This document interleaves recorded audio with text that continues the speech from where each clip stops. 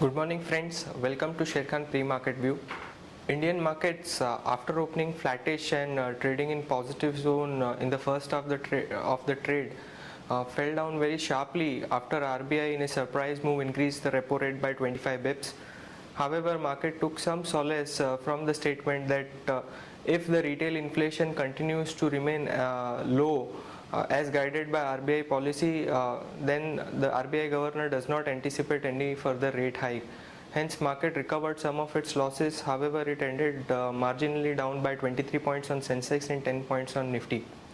Yesterday, moving to the global update, Dow ended up 90 points and S&P put more than 0.5% gain after good reports and earnings from Pfizer, and coupled with a very strong consumer confidence data. Currently, if you look at the Asian market, Turkey in a surprise move has increased the repurchase rate to 10%, more than doubling from 4.5% earlier, which brought some sort of stability in its currency. Currently, the Turkish lira is currently up by about 3%, 3.5%, which has led to some positive sentiment in the Asian markets. If you look at most of the Asian markets, they are trading up between 1.5%, and taking positive cues from the Asian market, Singapore Nifty is currently indicating a positive opening of about 18 points. If you look at flows, then flows from FIIs in the cash market continues to be negative. FIIs were seller to the tune of 1267 crores in the cash market. However, DII provided some sort of support with buying of about 1178 crore in the cash market. On the index futures, the flow were absolutely flat by FI with marginal buyers of 15 crores. That's it, friends. Now I'll like to call Sadhna for derivative input in terms of how Nifty is placed from derivative point of view. Good morning friends, let's have a view on derivatives. Yesterday we have seen that after RBI's unexpected announcements of increase in the key rates by 25 basis points deteriorate the market sentiments and led the markets headed towards southward direction.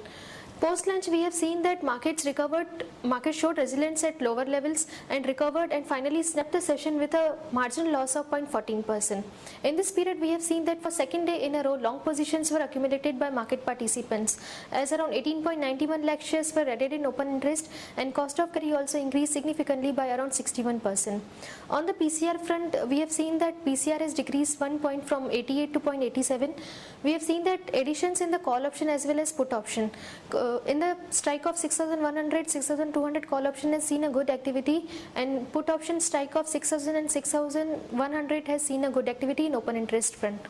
Our intraday support would be 6130, resistance would be 6170, 6200, and there are two securities in ban period today. One is HDL and second is Renbexi. And yesterday FIs were net sellers in future and option segment. Overall, our bias for the market is negative, but we may expect bounce in the market as all global markets are trading positive. That's it from derivatives. Thank you. Let's look at some of the important news and events which have happened yesterday. Now, RBI in its third quarter policy review yesterday increased the repo rate by 25 bips, surprising the street which was expecting a status quo from RBI. Also, the MSF rate has been hiked by 25 bips to 9%. The GDP growth, RBI expects that FY14 GDP growth could be little below 5% and expects FY15 growth in the range of 5 to 6%. Now, what surprised the street was that RBI is now focusing on CPI based inflation while taking its policy decision in line with the Urjit Patel committee recommendation.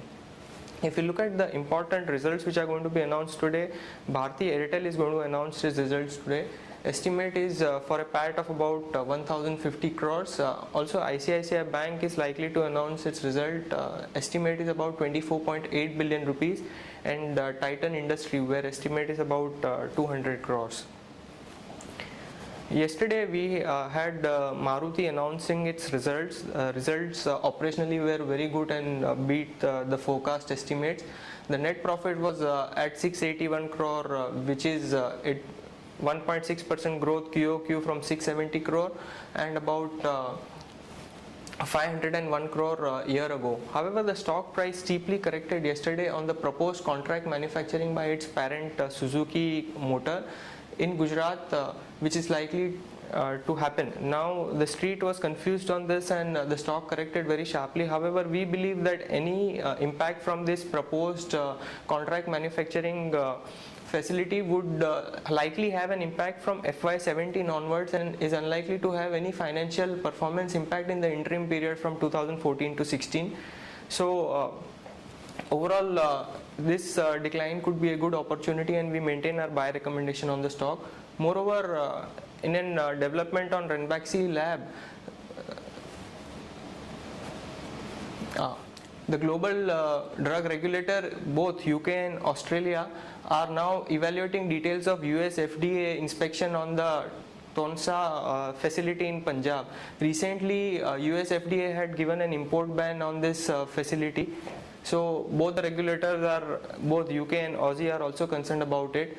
SBI has launched a QIP and is looking to raise about $1.5 billion from this QIP. According to the media sources, the QIP is likely to be in the range of 1565 to 1596, implying a discount of about 0 to 2% from the today's closing price.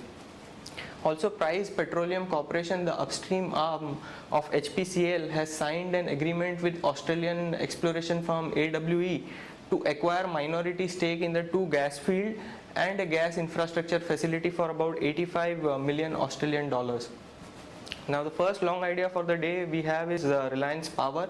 Reliance Power has commissioned second 660 megawatt unit of its Sasan Ultra Mega Power project. The first 660 megawatt power plant was already commissioned in March. This is a positive news for R Power, and one can long R Power with stop loss of about 62.5 for a target of 67. Also, Jyoti Labs yesterday came out with a good set of numbers. The company reported a strong 27% growth in its revenue to 297 crore. Also, PAT showed a very stupendous growth and grew by about 63.1% to 27.4 crore. This is on the back of strong revenue growth along with a low interest cost, which resulted in such an upswing. So overall the numbers are very good, and one can long Jyoti Labs with stop loss of about 189 for probable target of 199 and 203. That's it, friends. We have in this MID view. Thank you.